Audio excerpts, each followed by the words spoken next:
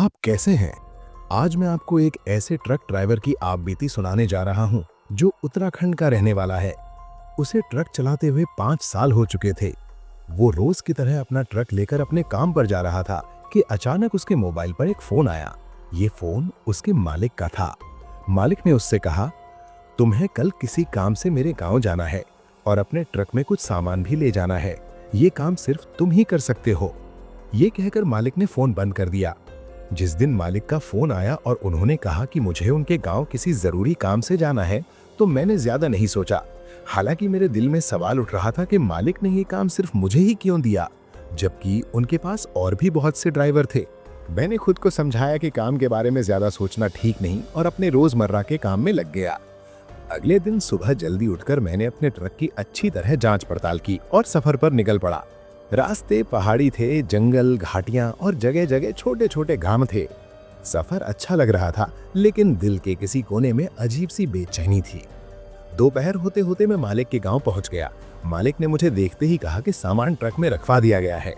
उन्होंने कहा, तुम्हें ये सामान पुरानी हवेली तक ले जाना है। वहां का केयरटेकर उसे ले लेगा। बस काम खत्म करके वापस आ जाना, और हाँ, रुकना मत। उनके मुंह से पुरानी हवेली सुनकर मैं थोड़ा सा सहम गया। उस हवेली के बारे में मैं बचपन से कहानियां सुनता आया था। कहते थे वहां आत्माएं हैं और रात के अंधेरे में वहां से अजीब आवाजें आती हैं। मगर मैंने ज्यादा सवाल नहीं किए और मालिक की हिदायत मानकर सामान लेकर निकल पड़ा। रात हो चुकी थी। पहाड़ी रास्ते पर जंगल के बीच मेरा ट्रक चल रहा था। चारों तरफ घना अंधेरा था और सिर्फ ट्रक की हेडलाइट्स की रोशनी थी। जैसे जैसे मैं हवेली के करीब पहुंच रहा था, सन्नाटा और गहरा होता जा रहा था। हवेली के पास पहुंचते ही ठंडी हवा का एक तेज झोंका आया। मैंने ट्रक रोका और नीचे उतरा।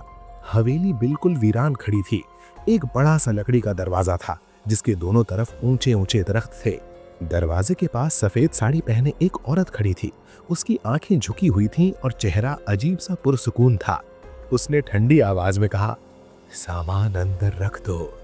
मैंने बगैर कुछ कहे ट्रक से सामान निकाला और दरवाजे की तरफ बढ़ा। जैसे ही मैं दरवाजे के करीब पहुंचा, वो खुद ब खुद खुल गया। अंदर अंधेरा और शदीद ठंडक थी।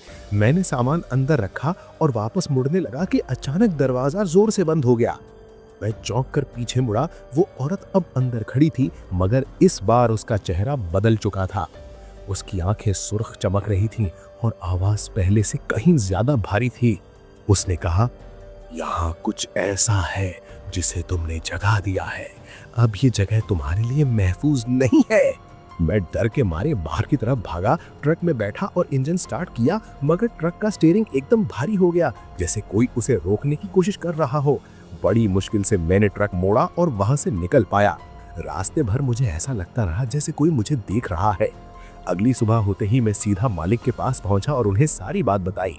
मेरी आवाज कांप रही थी। मैंने कहा, मालिक, उस हवेली में कुछ बहुत गड़बड़ है। वो औरत, वो अजीब आवाजें, ऐसा लगा जैसे कोई मुझे मारना चाहता है। मालिक ने गहरी सांस ली और खामोशी से मेरी बातें सुनते रहे। फिर बोले, तुम्हारे साथ जो हुआ वो मेरे लिए कोई नई बात नहीं है। मैं जानता था कि ऐसा हो सकता है, इसीलिए मैंने तुम्हें भेजा था। मैंने हैरत से पूछा, मालिक, आप जानते थे फिर भी आपने मुझे वहां क्यों भेजा? उन्होंने नजरें झुका ली और बोले, वो हवेली मेरे खानदान की पुरानी जायदाद है, मगर वो सिर्फ एक इमारत नहीं है। वहां एक राज है और एक गुनाह भी। मेरी बड़ी बहन ने 25 साल पहले उसी हवेली में अपनी जान दी थी। उसकी रूह वहीं अटकी हुई है, और जो औरत तुमने देखी वो मेरी बहन थी। ये सुनकर मेरी रीढ़ की हड्डी में सनसनी दौड़ गई। मैंने पूछा, लेकिन वो कह रही थी कि मैंने कुछ जड़ा दिया है, उसका क्या मतलब है? मालिक ने कहा, वो हवेली सिर्फ मेरी बहन की रूह का ठिकाना नहीं है, वहां कुछ और भी है। सदियों पहले वहां काले जादू की रस्में होती थीं। उस जादू की ताकत अब भी वहां दबी हुई है। जो सामान तुम लेकर गए थे, वो शायद उस ताकत को और मजबूत बनाने के लिए था। मैंने गुस्से में कहा, मालिक, अगर आप ये सब जानते थे तो मुझे वहां क्यों भेजा? मालिक ने मेरी तरफ देखा और कहा, क्योंकि मुझे यकीन था कि तुम ये सच जान सकोगे। अब तुम्हें मेरी मदद करनी होगी। मुझे अपनी बहन को आजाद करना है। अगली रात मैं और मालिक दोबारा उस हवेली में गए। इस बार हम खाली हाथ नहीं थे। मालिक एक पुरानी किताब और कुछ चीजें साथ लाए थे। उन्होंने कहा, ये यज्ञ और मंत्र इस बुरी ताकत को रोक सकते हैं। अगर हमने इसे न रोक सके तो ये सब कुछ तबाह कर देगी। हवेली के अंदर पहुंचते ही हमें फिर वही ठंडक और डरावनी आवाजें सुनाई दी। सफेद साड़ी वाली औरत फिर सामने आ गई। उसने मालिक की तरफ देखा और कहा, तुम मुझे यहाँ से नहीं ले जा सकते, ये जगह मेरी कैद है। मालिक ने जवाब दिया, दीदी, मैं तुम्हें आज़ाद करने आया हूँ, मुझे माफ़ कर दो। हमारे आबाओ अजदाद की गलतियों ने तुम्हें यहाँ बांध दिया। जैसे ही यंग शुरू हुआ, हवेली हिलने लगी। दीवारों से चीखों की आवाज़ें आने लगी। औरत की आंखों से आंसू बहने लगे। उसने कहा, अगर तुम वाकई मुझे आज़ाद करना चाहते हो तो ये आसान नहीं होगा। मंत्रों और यज्ञ के दौरान हवेली में छुपी हुई बुरी ताकत पूरी तरह जाग उठी।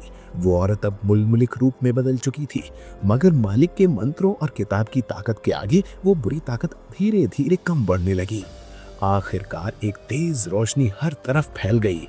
हवेली खामोश हो गई। सफेद साड़ी वाली औरत का चेहरा पुरसुकून और मुस्कुराहट से भरा हुआ था।